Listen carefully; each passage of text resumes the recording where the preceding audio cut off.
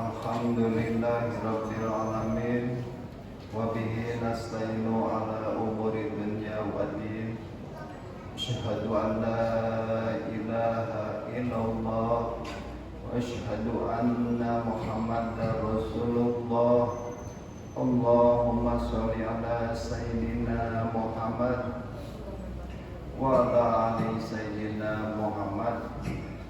Amma ba'du. Faya ayyuhal hadirun, ittaqullah haqqa tuqatih wa la tamutunna illa wa antum muslimun.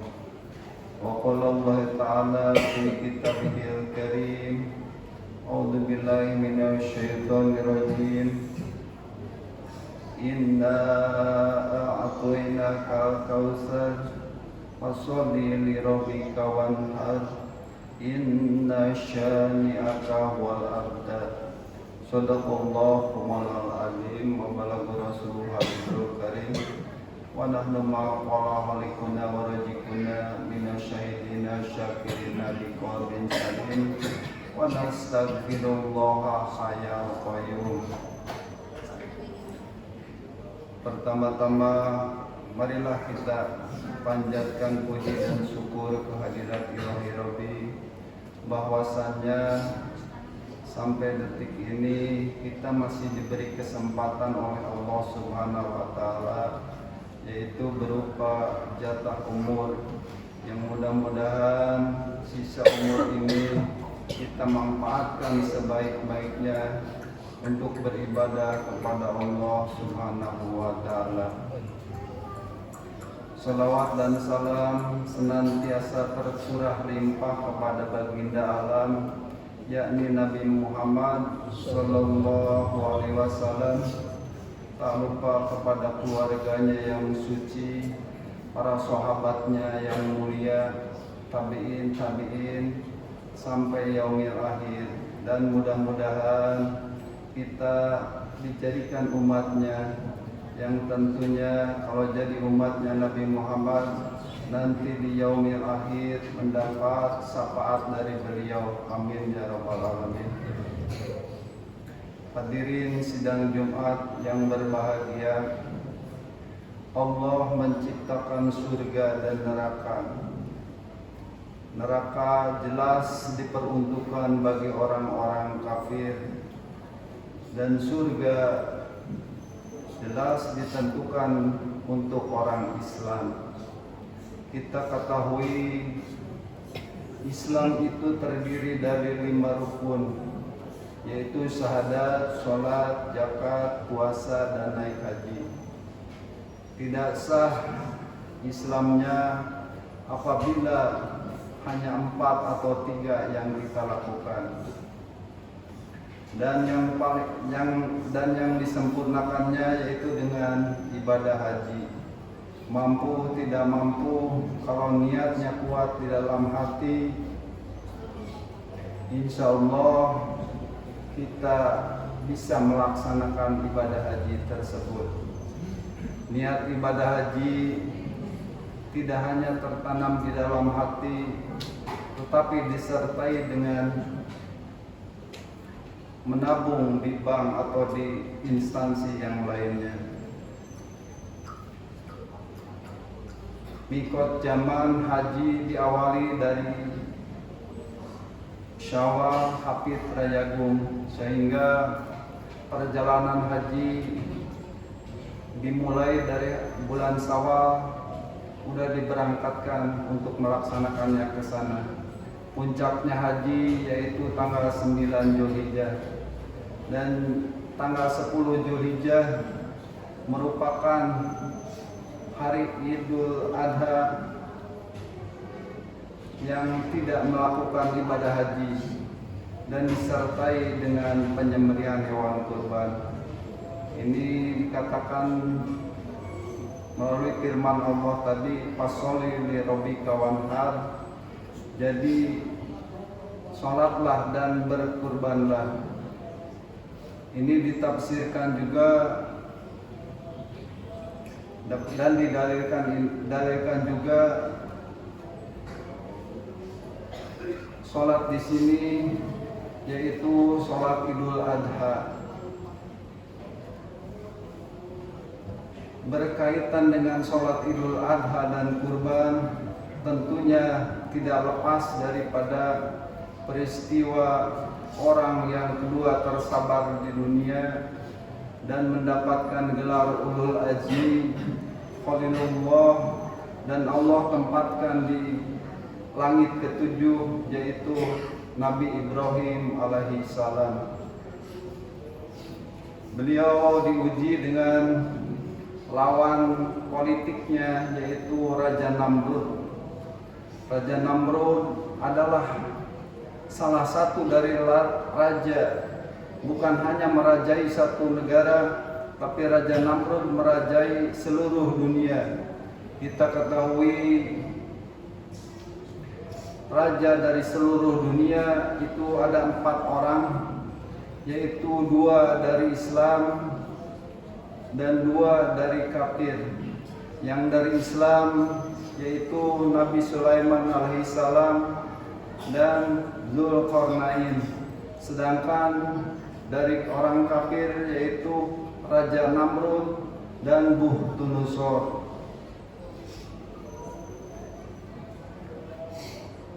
Kita akan bercerita atau meriwayatkan sedikit sejarah Nabi Ibrahim. Beliau adalah termasuk orang-orang yang soleh, dan dikatakan dalam Al-Quran, Qul, ini menghitab kepada Nabi kita Muhammad SAW untuk menceritakan berbagai peristiwa para nabi, para rasul. Dan hadis Nabi menerangkan, inda dzikri sholihin tatanazzalu rahmah. Ketika dibicarakan orang-orang yang soleh, maka turunlah rahmat. Apa itu rahmat? Sehingga orang tidak bisa masuk surga dengan amal dan ilmunya. Orang masuk surga berkat rahmat Allah Subhanahu wa Ta'ala. Contoh kecil rahmat di dunia yaitu ketika salah seorang divonis hukuman mati, apa yang mereka pikirkan? Dia tidak membutuhkan harta benda, dia tidak membutuhkan makanan minuman, dia tidak membutuhkan jabatan. Dan ketika pemerintah memaafkannya dan tidak jadinya dihukum mati, maka kegembiraan itu atau kenikmatan itulah yang mungkin salah satu daripada rahmat kita. Dan mudah-mudahan Allah turunkan rahmat ini, karena kita akan sedikit meriwayatkan riwayat singkat Nabi Ibrahim alaihissalam. Dan ketika itu seluruh dunia mengadakan perayaan di tempat penyembahan berhala. Nabi Ibrahim merusak seluruhnya mungkin, tapi yang ditinggalkan satu yang paling besar, dan dikalungkankah di sana kapak. Ketika selesai perayaan, kaum Namrud datang ke tempat perayaan dan melihat semua patung-patungnya kecuali yang paling besar. Marahlah ketika itu Raja Namrud dan pengikutnya.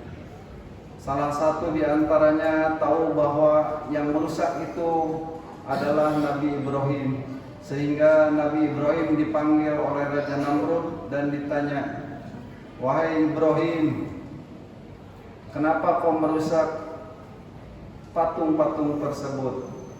Nabi Ibrahim mengalihkan perhatian, "Siapa yang merusak? Lihat itu, kapak ada di mana?"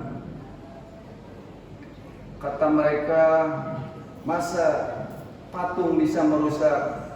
Balik lagi Nabi Ibrahim, "Kalau gitu kenapa yang tidak bisa melakukan apa-apa, kenapa engkau sembah?"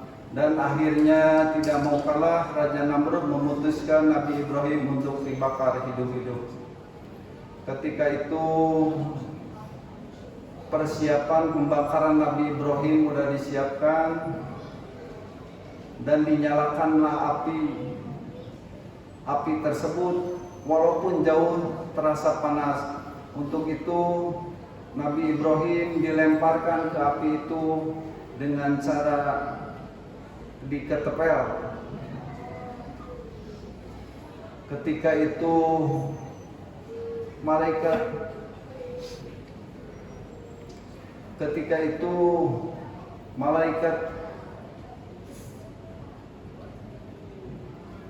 menawarkan jasa kepada Nabi Ibrahim, wahai Ibrahim, perlukah bantuan itu untuk itu? Tapi ketawakalan Nabi Ibrahim cukup menolak permintaan tersebut.